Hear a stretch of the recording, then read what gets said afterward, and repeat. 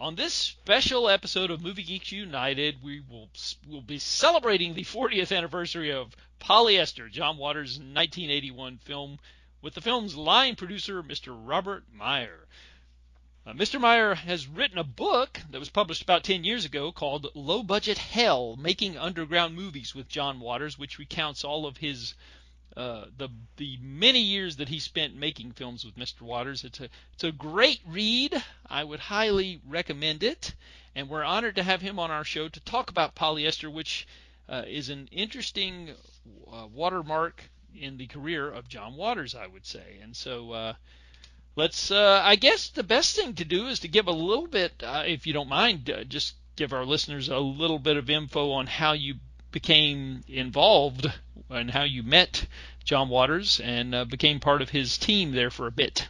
Well, thanks for initiating this whole thing, the podcast, Adam, and I certainly appreciate talking about it.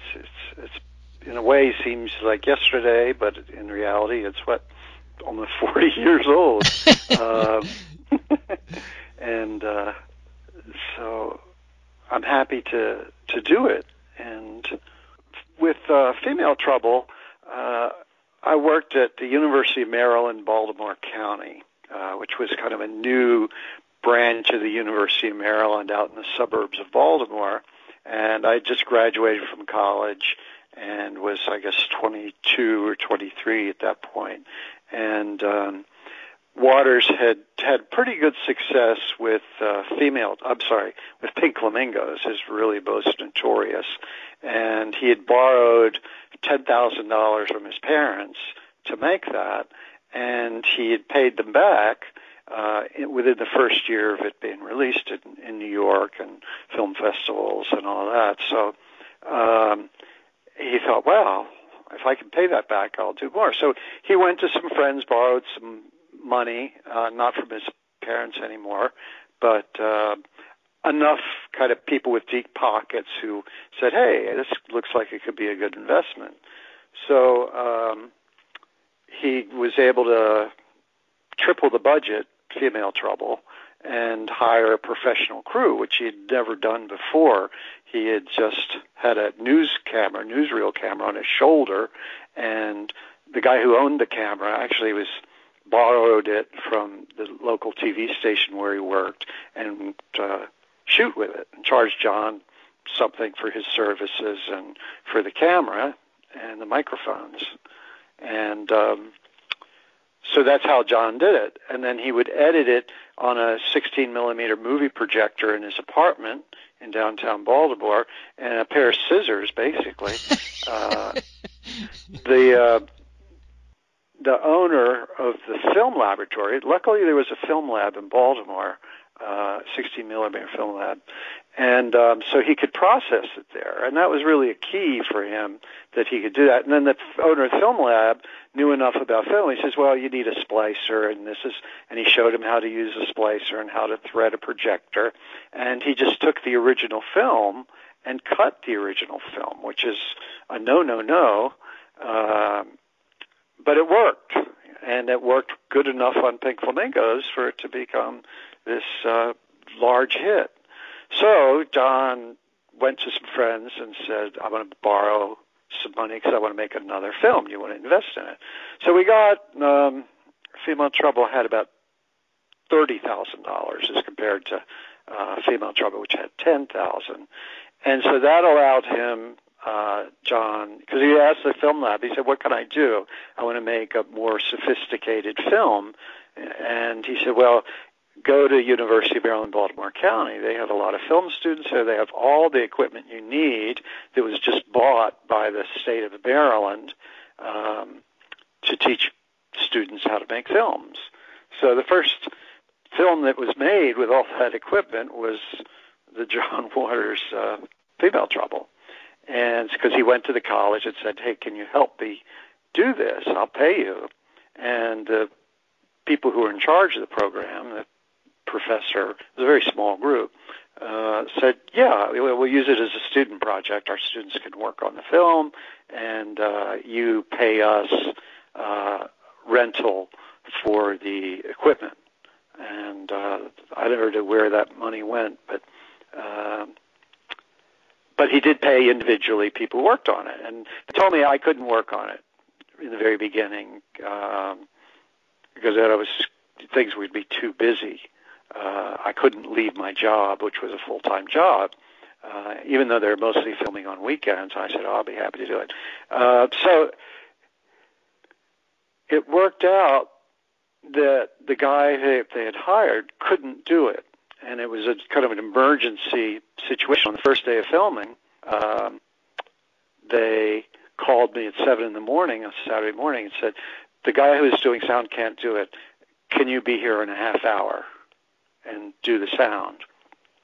And of course, you give the only answer of, and a film person's first job.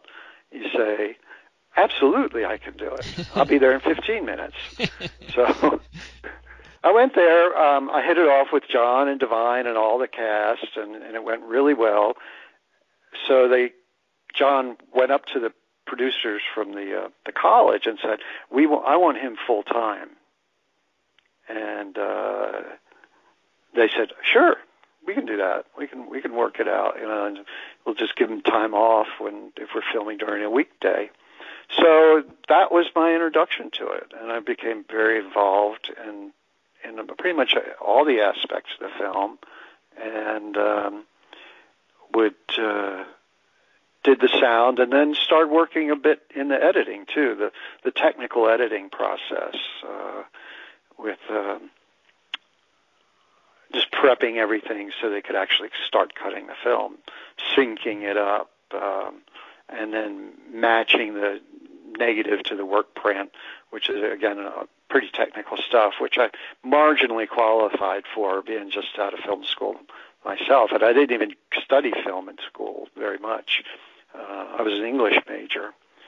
So, but I jumped right into learning all the technical stuff of how to make the old-fashioned 16-millimeter film, and continued with that.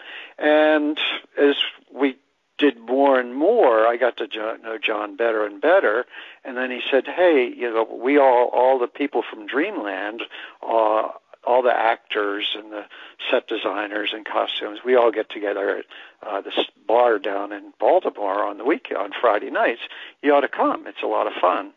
So I said, yeah, okay. So I was basically invited to come and join on a social level that really weird group. And they were great. They were intelligent, funny, hardworking, dedicated people, not at all like the characters they played in the film.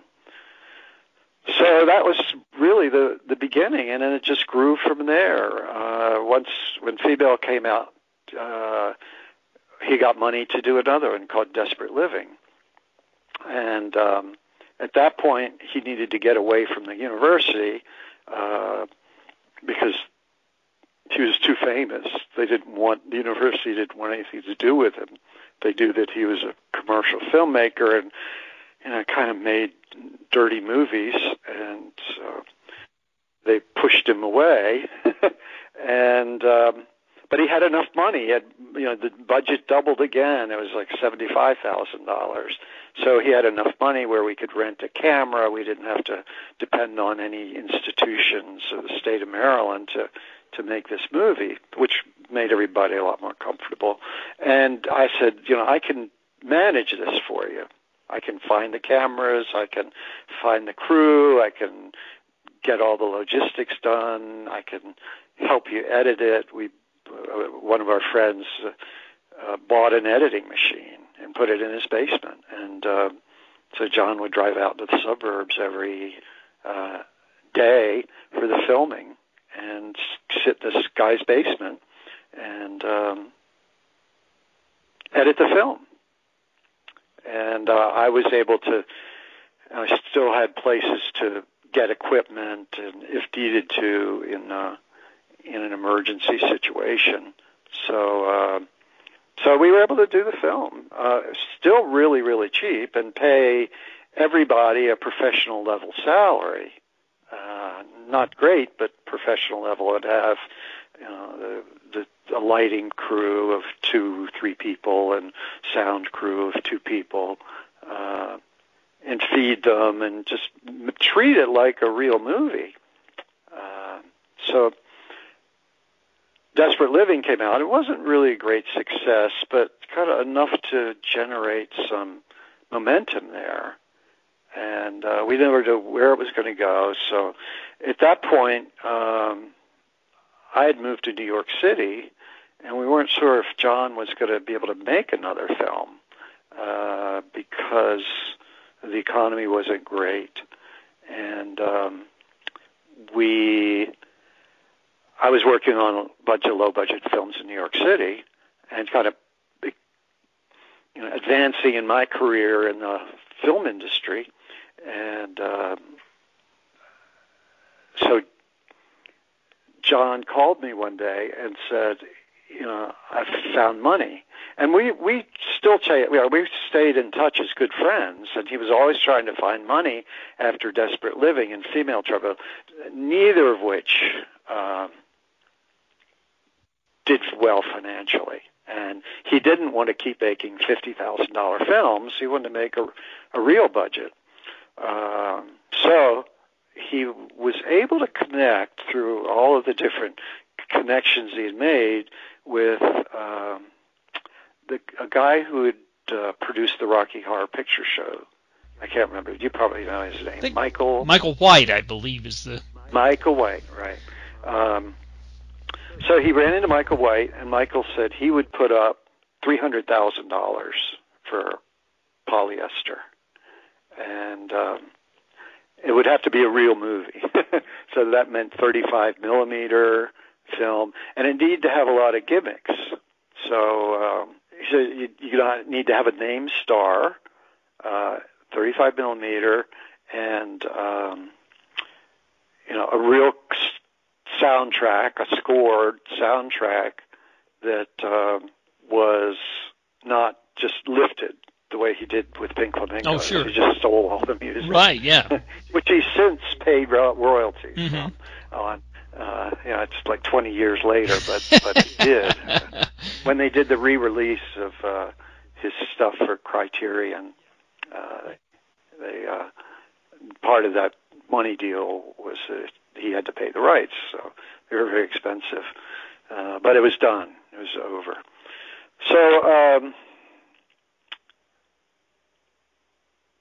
So Polyester, we got Tab Hunter. John was able to land Tab Hunter, to much everybody's surprise, to be the male lead, and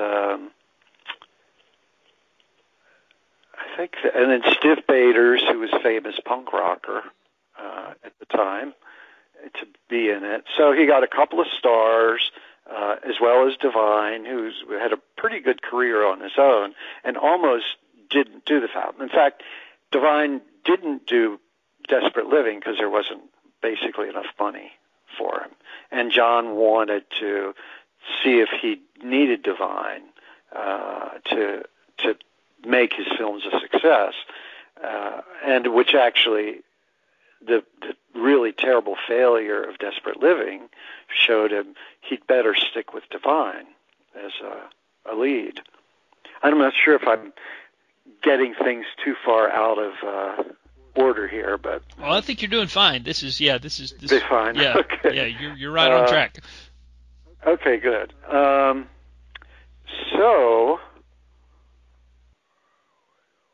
then they decided that we had to have one of the old-fashioned William Castle style gimmicks, and John came up. He said, "Let's do Odorama," and we looked into it and found out, well, it was very doable. Somebody was an expert in technical stuff, and he said, you could do scratch and sniff cards, and we can do 10 different fragrances made by 3M. We could make each one, and you'd have to make 100,000 or minimum, or it might have been 500,000 minimum. There's still hundreds of thousands of them out there being redone. So there's a warehouse somewhere with them. but it seemed doable. You didn't have to equip anything in the theaters. It can play anywhere with Odorama. And so it seems like a really good idea. So let's throw that into the mix, too.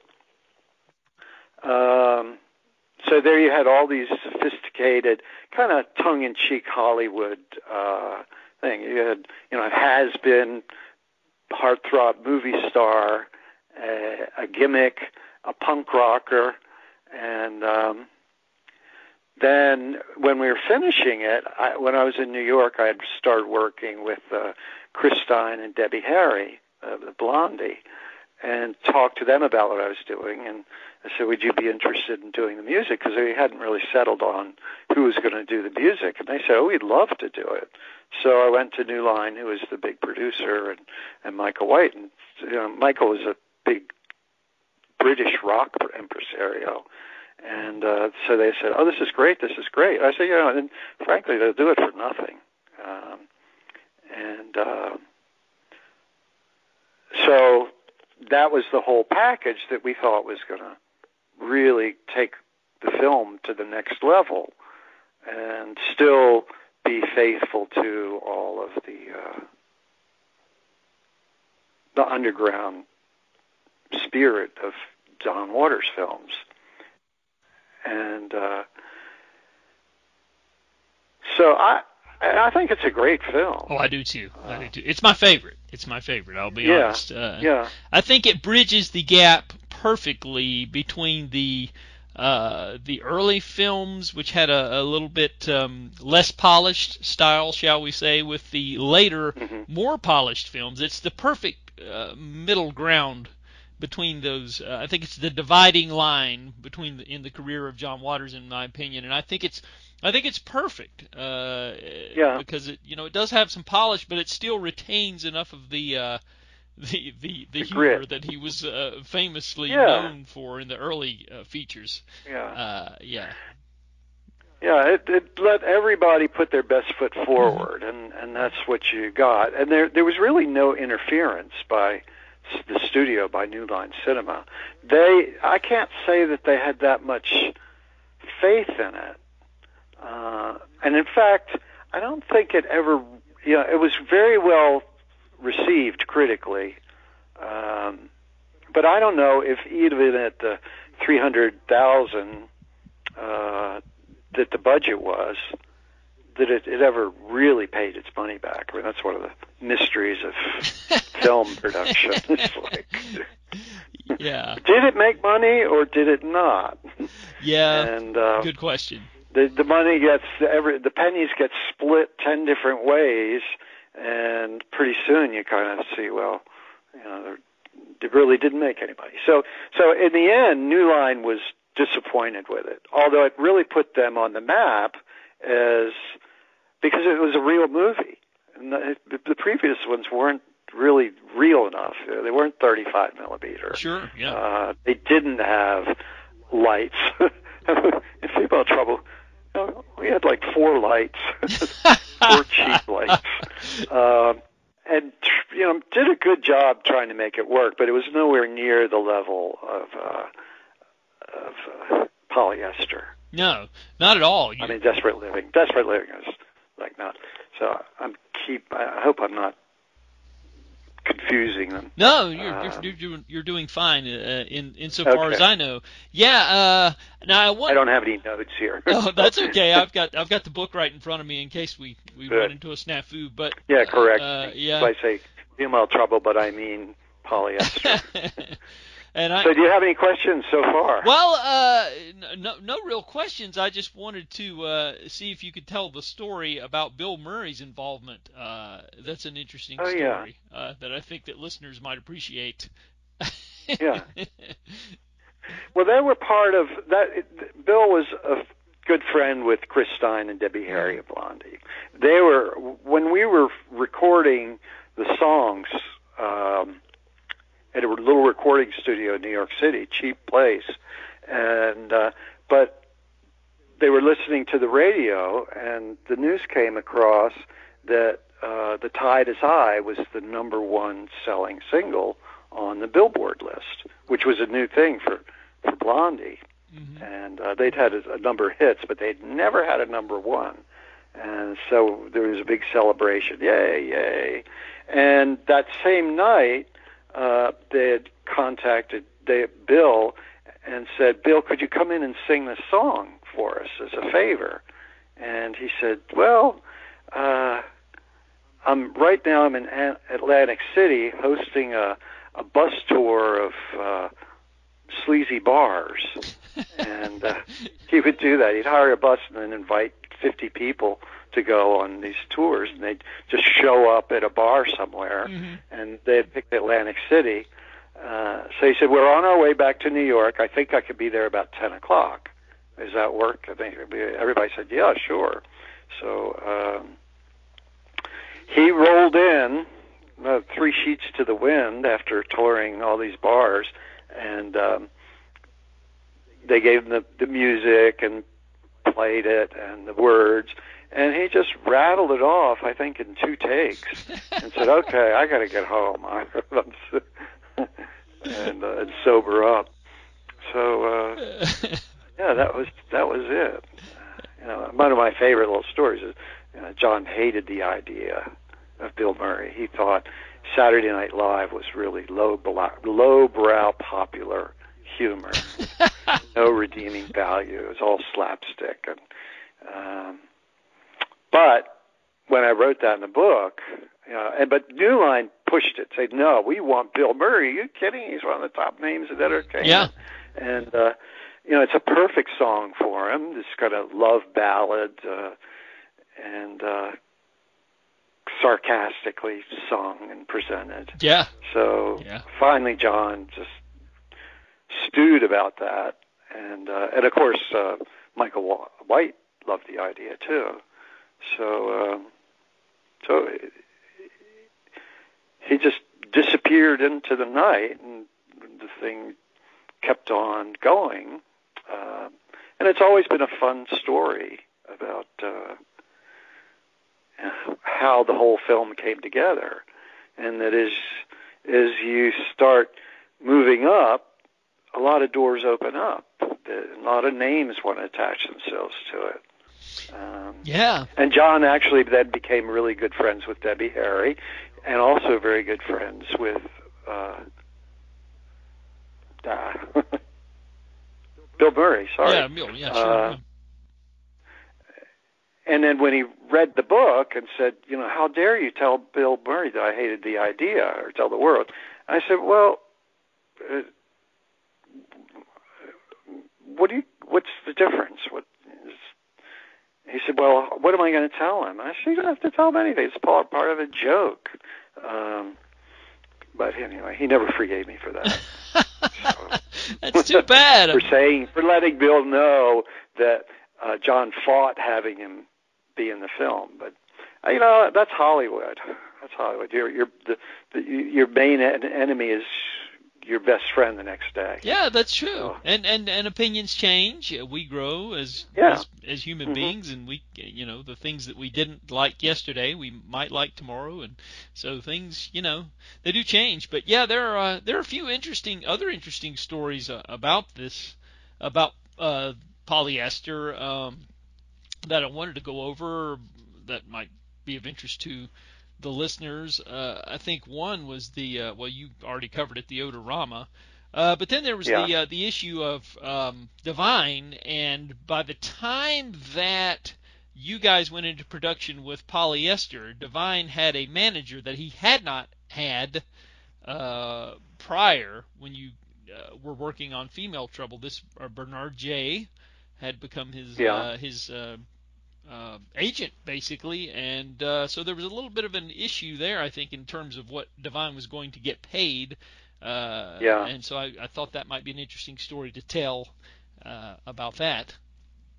Yeah, because Divine was making a lot of money. He was traveling, doing shows all over the world. He was a worldwide figure, way more than John was, and so there was this sense, well, we can't really afford him. And if we're going to spend $50,000 on an actor, better to spend it on Tab Hunter, who's really was at least a marquee name that everybody knew, whereas Divine, really, it's a very small percentage of the population around the world knew him. It was very underground, very gay audience that he had. So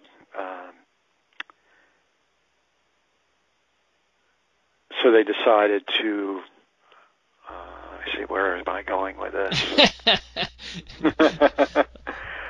So they went to. There was a big powwow of the money people. Right. And they said, do we want Divine or not? And John was extremely insistent that Divine be in the film. He said he could not make a film with Divine, and they proved that when they tried to make it without him for Desperate Living.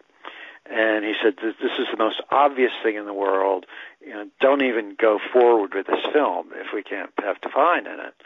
So they did.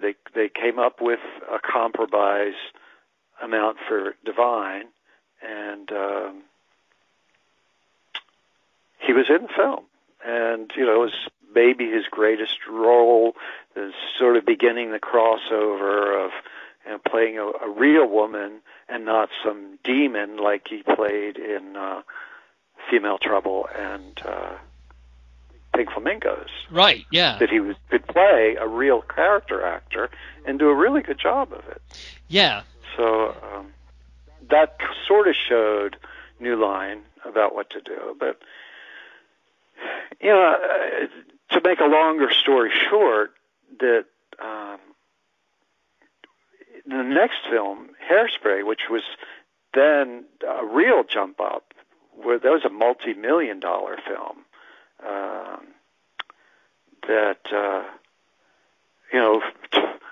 Divine's playing in that role made the film, made the whole reputation. It made millions of dollars. It wasn't John Travolta. It was Divine that really kick-started the whole Hairspray madness all over the world. I mean, it's still being done as a play in middle schools in Ohio or Nebraska or Montana. So that was a real unrecognized pivotal decision where they said, okay, we need to pay. This will pay off in the long run to have Divine be in Polyester. Yeah, I think originally they only had $5,000 in the budget to pay him, and I think, according to what your book said, it turned into $15,000 plus $5,000 in expenses is what it wound up, because John called them incessantly on a daily basis. Yeah. But the other interesting... So budgets go up. Yeah. They go out the window. They go up, and if you're committed and into it, you look at, well, we've put $300,000 into this. Mm-hmm. We got to put more. Yeah, and it was the same story in Hairspray. They kept on cutting the budget, that it had been approved, but that New Line came in big time with it and brought in a bunch of folks from Hollywood who are much better at demanding money than I was and getting it. And so you get into the point where you can't walk away from it after you spent hundreds of thousands of dollars. That's right. You just have to pony up another 5 or 10. And usually in the film business, that'll snowball into millions. I mean, there are plenty of famous films that have doubled and tripled in budget, and probably everything that Elizabeth Taylor was in. Oh, yeah, a good portion of them anyway, for sure. Yeah. Well, I think another interesting story about Divine was the insurance issue, that they actually did the physicals that they have to do on the actors, and Divine failed due to morbid obesity, and that presented an issue for you as well. I thought that was an interesting story. Yeah, and so that's another one of these money things that the insurance company wanted another $5,000 because of his physical for the insurance policy, and that was a lot of money that wouldn't show up on the screen, and so there was a lot of discussion, but in the end they just said, well, you have to pay it. New Line went to the bank and borrowed $5,000 to pay for that policy, and or the equivalent. Who knows where it came from ultimately, but and everything worked out fine. But the only real kicker was I had to swear not to tell anybody. So don't tell anybody. Yeah. Mainly so that Divine wouldn't hear that and get all depressed. Oh, sure, of course. He was so unhealthy that he could die. Yeah. Which sadly he did, as this big surprise of what the insurance company was afraid of. Yep. Yeah, I guess fortunately for the productions, when he died, he wasn't on a production or hadn't gotten halfway through a production, and the thing would have to be thrown away, basically.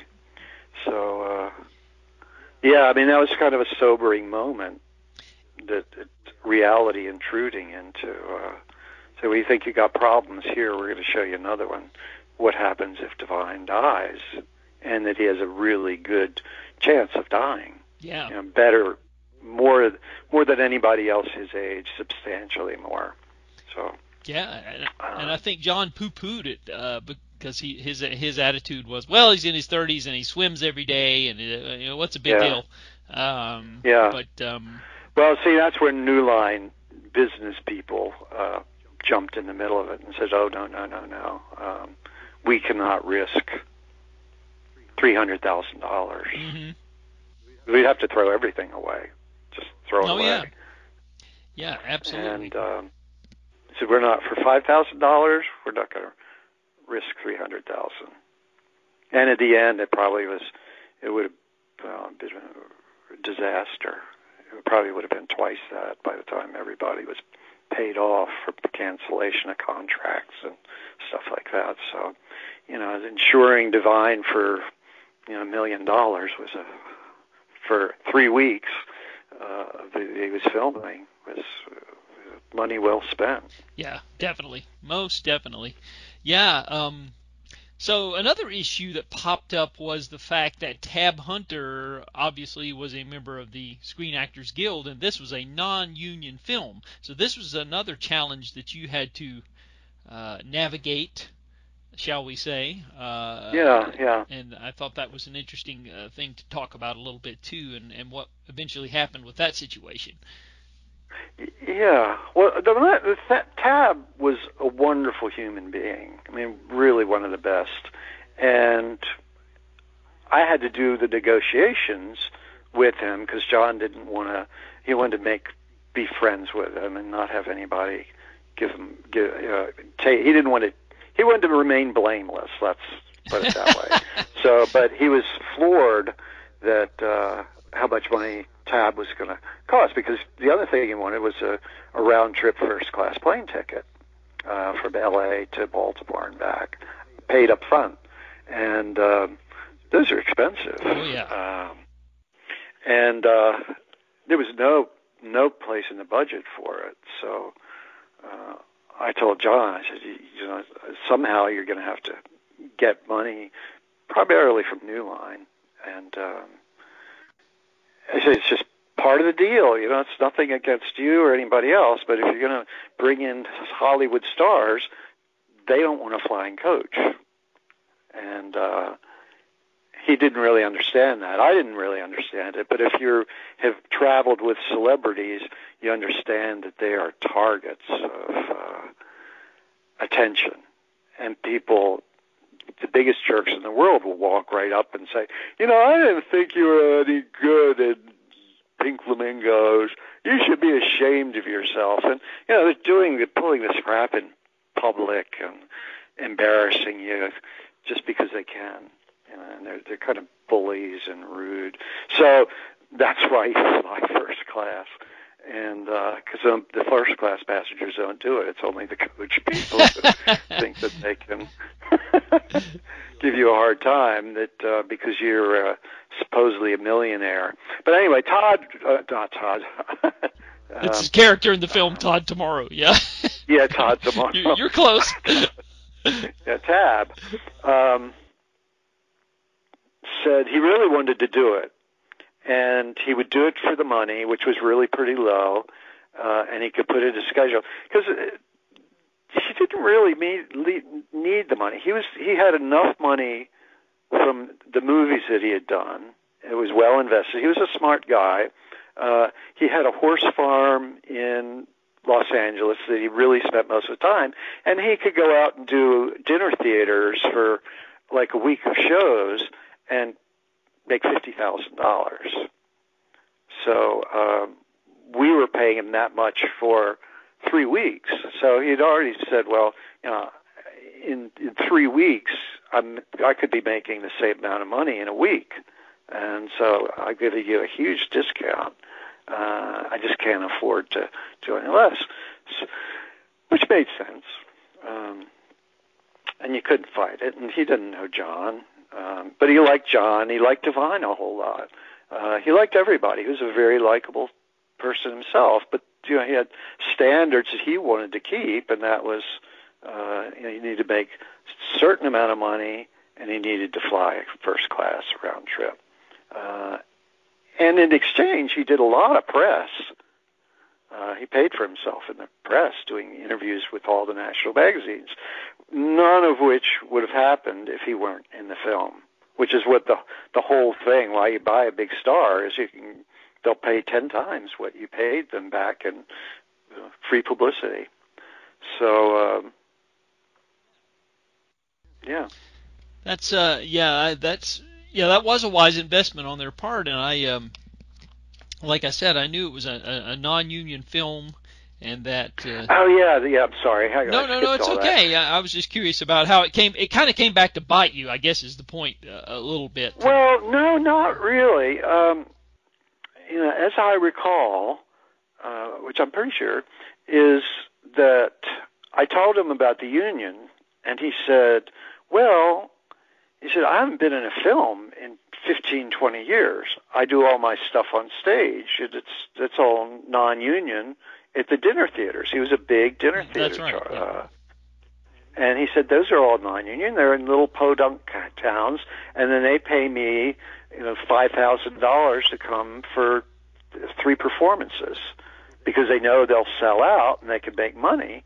And so it works out just fine. Now, I have no need to be in the Screen Actors Guild or the stage actors, and because he thought he would never be in another movie. Yeah. That he'd need it. So, so he said, I was surprised that he would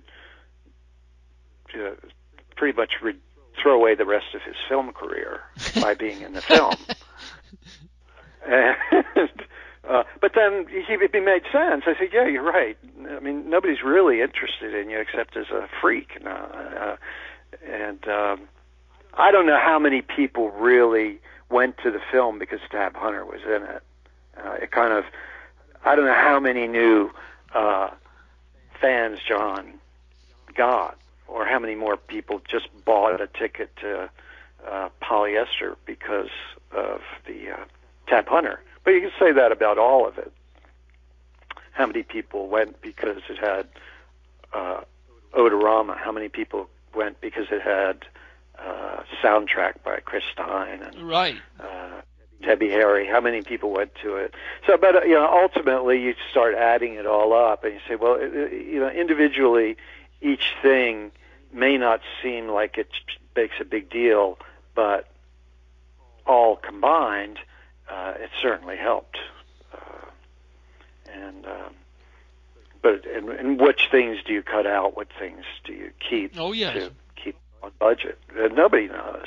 So you're just throwing money at stuff, hoping that it'll all come back. I mean, it's a gamble. It's like going to Las Vegas and saying, "I'm going to spend $10,000," and maybe I can make $1 million, maybe I lose it all. Yeah, that's true. It kind of is a gamble. And now I did want to cover right quick the Baltimore, when you actually got the location in Baltimore and the problems you had. You were shooting in an actual house that the owners, I believe, were in Florida, and so they rented the house for, I believe it was $1,000 a month or something like that. And so you guys were in an actual house that you used for the filming, and the neighbors had a little bit of a problem with that, I think. So that's an interesting story, I think, as well. Well, we had that problem on almost every film. Yeah. Which one are you talking about? The actual house that Devine lives in the film, and I think some of the neighbors got a little bit... okay, we're talking about Polyester. Yeah, Polyester, right? yeah, Sorry. Back to that again, sorry. Okay, yeah, that was a tense time. Because we were working late into the night, making all kinds of noises, and there would be guns firing and people scream at each other and cars squealing out. So I understood perfectly what was going on. And, we didn't really, this was one of my fault, just out of inexperience. And I learned my lesson, is that you really need to go to every neighbor before you start filming and talk to them in person and explain who you are, why you're doing it, how long it's going to last. Here's my contact information. If you have the slightest question, let me know. And, oh, by the way, here's, a certificate for going out to dinner to the best restaurant in Baltimore. And so you leave on really good terms. Or here's a case of the best scotch. You said you liked the Callum. Well, here's a case of it, just for being good neighbors. And so you create a really good atmosphere. So when stuff is bad, you deal with it. I didn't know that. We just put flyers in people's doors and thought, well, that's enough. And we didn't let them know how to contact us. We just said, we're here, and we'll be gone in about a month. And that was it. So they ended up calling the police instead and complaining about us and saying, is this legal? And the police said, well, it's actually not. They're violating all kinds of problems.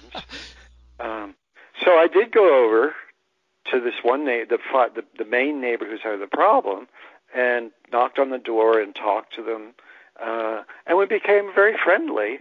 And they said, we didn't really want to cause trouble. We just didn't know what to do. But you all seem like really nice people, and it's so fine that you came up and talked to us first. And they fixed me like tea and cookies. The guy's wife was real old-fashioned and kind and nice. So, and I let them know I was a human being and and not a monster. So that all worked out. But it taught me a good lesson to don't ignore your neighbors, and it served very well. If we did that, and there's always problems in a film, making noise, breaking stuff, ruining somebody's yard, blocking the streets so they can't get home. I mean, it's endless. Yeah. There was another interesting story, too, about the helicopter shot that opens the film. Oh, yeah. That's a good one. Yeah. I would be remiss if I didn't mention that one. Yeah. So John wanted to have this grand opening, kind of like a Douglas Sirk. That was his real hoping to sort of emulate Douglas Sirk films. And he thought, well, we'll just have the camera opening with a shot of the clouds and this very grand, eloquent thing, and then it would come down right above the trees, and then we'd cut to a Steadicam, which was another brand new sort of thing, that walking up the street and into the house and having the doors magically open, and the camera glides up the stairs, and then the big reward is not Jean Harlow, it's Devine picking his toenails. The best. Yeah. So it was great. great opening. Mm-hmm. But yeah, I mean, we had the helicopter. We had done a couple of passes, maybe 3 passes, and then I got one of the guys who was the assistant up at the helicopter with the cameraman called me on the walkie-talkie. He said, "We got a problem. We're landing immediately." And I said, "What the heck? Where are you going to land?" He said, "I'm not sure. There's a golf course across the street. I hope we can make it." I thought, "Oh my God, what? We're going to have a helicopter crash?" So I ran across the street. I got in my car, and this guy stopped me going out, and he waved me down. One of the neighbors. He said, "There's a helicopter that just landed on a golf course right in the middle of this guy's game." He said, "Does that have something to do with you?" And I said, "Oh yeah." So I dashed over there under the green, and there were these golfers walking around, and the helicopter pilot was walking towards the clubhouse, and the guys had grabbed the cameras and the film out of the helicopter while the rotors were still spinning, and he said to everybody, the guy who's in the helicopter, one of my guy who's assisting the camera, he said, "Everybody get away. There's a good chance this is going to blow up because the engine was cooling down too fast." So we were yelling at the golfers, get away, it's going to blow. So then the cops came, and everybody felt sorry for us. And so when the guy sent me the bill for the helicopter rental, I said, "I can't pay this. The helicopter broke. I'm not going to pay." Yeah. I know you make mention in the book that for years afterward that both New Line and John Waters would get bills from the helicopter company. They never paid them. So they just kept throwing them away. So in a way, that was a budget saving method. I mean, we had to resort to that with every opportunity. How are we going to save money? Like all the beer that Devine drank when it was an alcoholic, it was all donated by Tuborg Beer Company. I was getting into that. You stole my thunder. That was my next question about the product placement. Yes. Yeah. And yeah, it was. I mean, people said, "Oh, it's a movie. Sure, we'll supply the beer if you're going to show our beer." And I was like, "God, we probably could have been sued for defamation or something," but it never did. Tuborg Beer went out of business a couple of years later too. So it was like what is it? Tuborg, the beer of Danish kings. And they delivered cases, just like dozens of cases. In fact, everybody was so sick of Tuborg beer, they were really mad at the Rat Party. That was the only beer still trying to get rid of all the beer. Right. I think I found there was one guy who said, "Well, I got a friend who owns a bar." He said, he said he'd take 20 cases if for like $1 a case if we wanted to sell it. And I said, "Yeah, let's do that." Yeah, even though it's totally illegal to sell beer without a license. That's true. And you were thinking about actually having a yard sale. Bar. Yeah, sorry. Yeah, this is and then in the book you make mention that the big insult was you actually went and bought Heineken's because everybody was so tired of drinking Tuborg. Oh yeah, that's right. Yeah, you wouldn't do it. Don't you dare shop at that Tuborg. It was a really cheap beer at the time. It was actually Baltimore's National Bohemian in a copper-looking can. Yeah. But it was the same brewery that brewed the cheesy National Bow. That they bought the name Tuborg somehow to do it in the U.S. Or maybe it was just for Baltimore. I don't know. Yeah, it's interesting some of the product placement that you wound up getting. You would just call the Pepsi marketing office and tell them you were making a movie, and next thing you know, you got 50 cases, and then they. Yeah. was the beginning of product placement. Yeah, sure. It was something that I had discovered along the way that you could do anything. We'd go we'd go to the bakery. It's like this little corner bakery, and say, we need a cake to appear in the movie. We'll give you a credit. And they get like 3 or 4 of these coconut cakes, and Divine would be sitting there eating them, like just ripping pieces off of it and stuffing it in his face. I don't know how proud they'd be to have their cake treated that way. I think Pepto-Bismol actually sent you a shipment as well, hoping they would get one of those. Yeah, Pepto-Bismol. Pepsi, and Divine guzzling down the Pepsi. Of course. And trying to kill his hangover. That was. Yep. Yeah. It's true. Well, it helps to feed the crew, I guess, as well. So it all kind of ties. It ties together. Oh yeah, it's a big money saver and easy. We didn't even have to go buy it. They'd send a big delivery truck and just drop all the stuff off. And I think, according to your book, the food budget was only $113 a day. So that was a good supplement too. Yeah. Oh yeah. And then when we'd do a sub, we'd say, well, we'll put your subs on in the film and give you a credit. When Divine is eating this like giant sub sandwich, I guess you'd understand what I mean. And then I'd go get it, and they'd say, well, what do you need? And say, well, I need 20 subs for the movie. Okay, there you go. So I come back, and then we cut the subs in quarters and put them on. This is lunch, everybody. Eat up. Oh, God. Oh, yeah. But the morality today, I don't think, would allow this kind of things. Oh, I don't think so either. Now, and you have, and like I said, I'm not going to take much more of your time, but I do think there's an interesting story to be told about the shooting at the cheapo motel, the White Gables, for the scene where Divine's husband Elmer is having an affair with his secretary. That might be worth repeating. Yeah. So we thought we could just rent a room, right? And for $30. And then suddenly all these trucks pull up, our lighting truck and the camera truck, and all of the art director was in there rearranging all the furniture. I think at one point we pulled all the furniture out of the room and put it on the parking lot.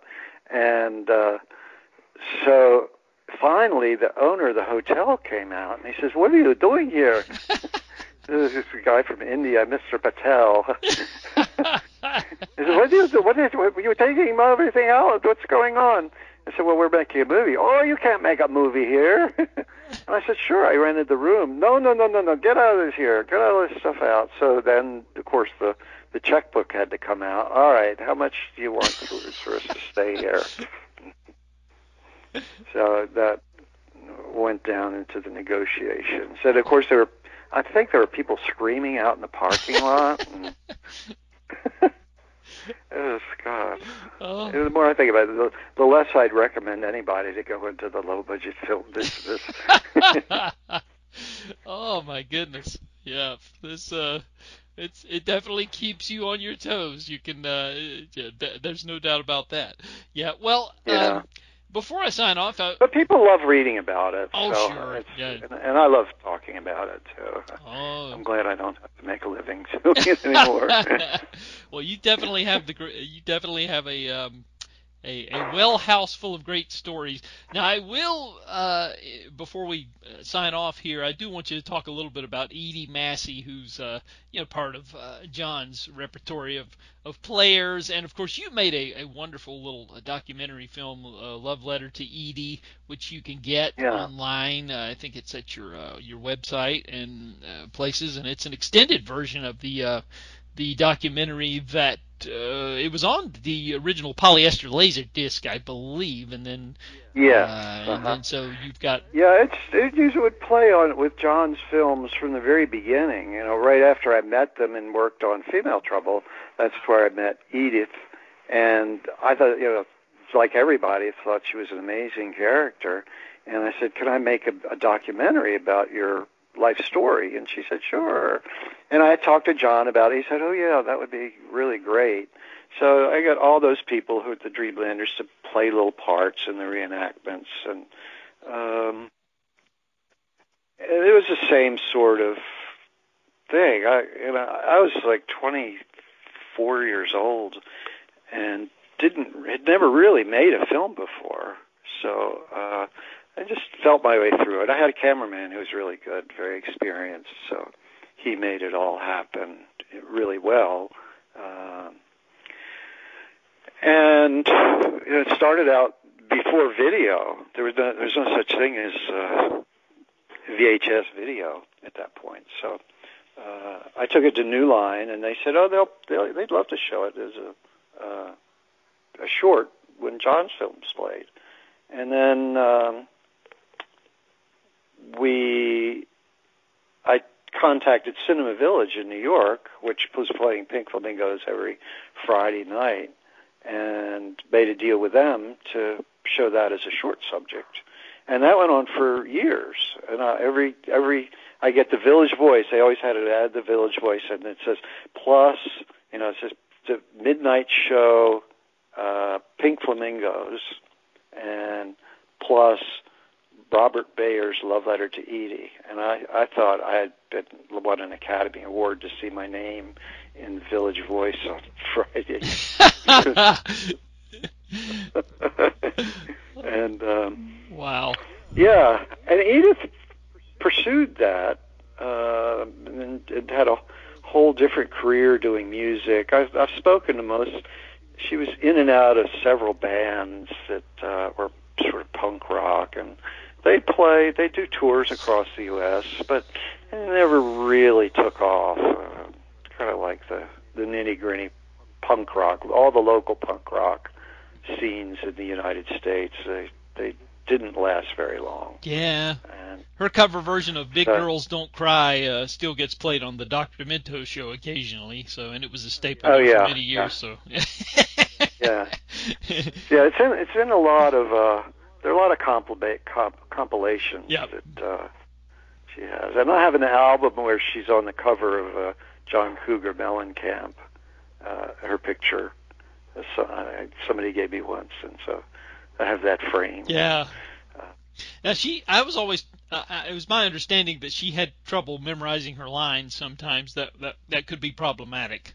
That she would occasionally have a little problem. Yeah, it was mostly with John. Mm-hmm. With my experience, she didn't have a problem with it at all. Yeah. But she'd only have like 6 or 7 words of her dialogue. But when she was telling her story, she didn't need anything. Oh, sure. It was, but trying to speak in John's words, which can be really difficult. He's no Shakespeare, and things get long and drawn out with weird words and things that don't really make sense. A lot of them are kind of gay telegraphing. Or, yes. They've got a lot of meanings, and she's saying things that the gay audience would get and laugh like crazy, but she didn't know what she was talking about at the time. Yeah, for sure. And wow. just went along with it. Yeah. She was a trooper. She was a real trooper. Yeah. Yeah. Yeah, I wonder what's going to happen with her memory. I do too.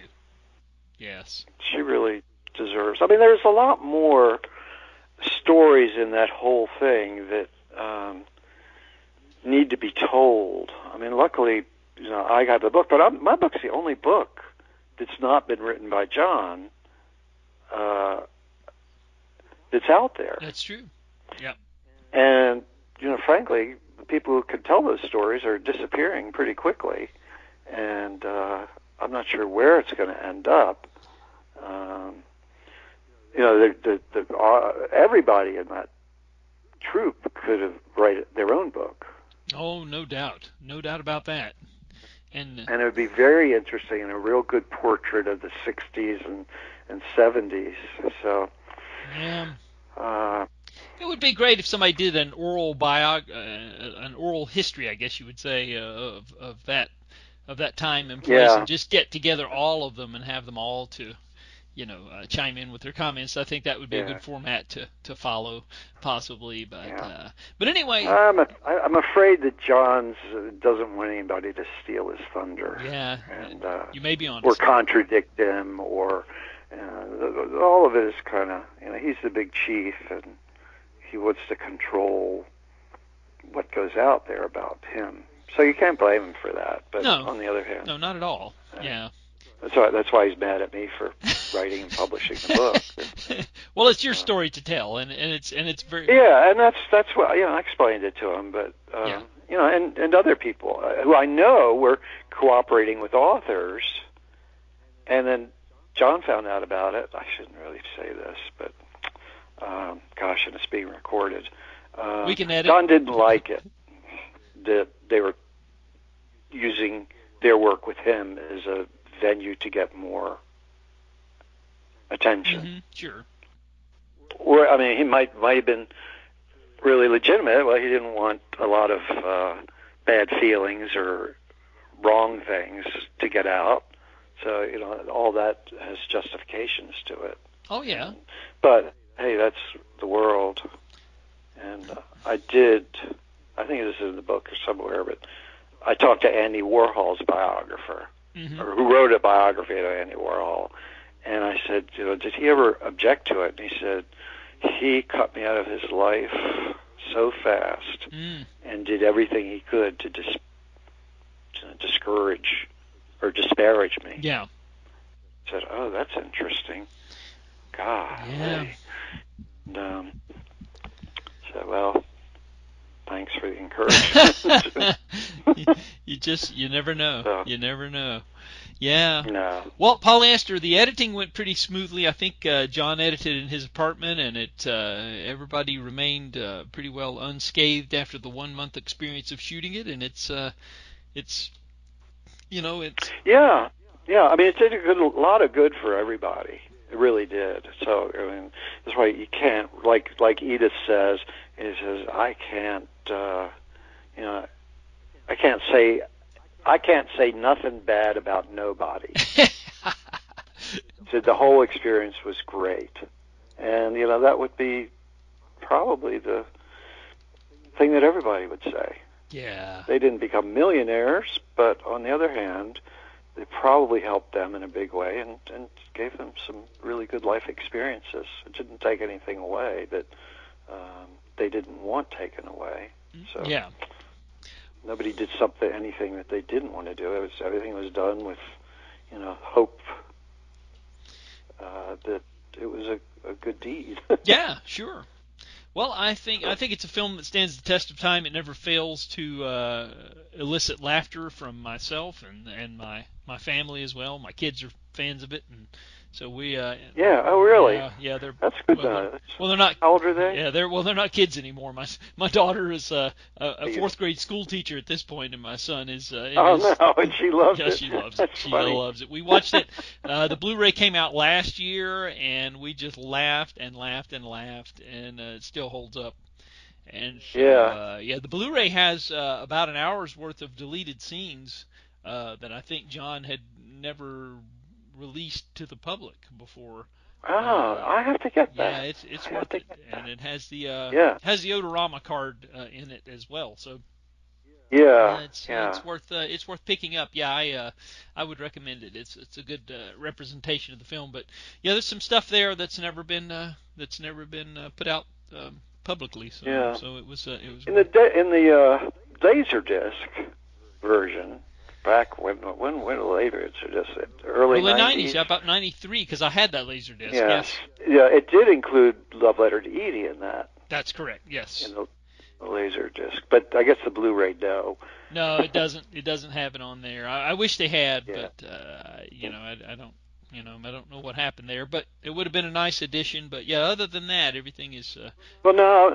Well, now they have to pay me for it. Yeah, so that's right. I don't mind. That's what it is. That's what it is. Yeah. Yeah. Well, yes. And it's selling well. I mean, it's selling as good as it ever did, if not better. I can't retire on it, but it's nice to know that there's enough interest to keep it written. I just restored that too. I spent took the original negative to a lab and showed it to them, and they said, this could be an endless job repairing it. There are splices broken and sections that were shrunken sprocket holes, so they had to, instead of running it at 24 frames a second, they had to go like 2 frames a second. So on this really expensive transfer machine video. So at the end, they said, well, we'll do it for $1,500. So I said, well, okay, that's a reasonable investment. Oh yeah.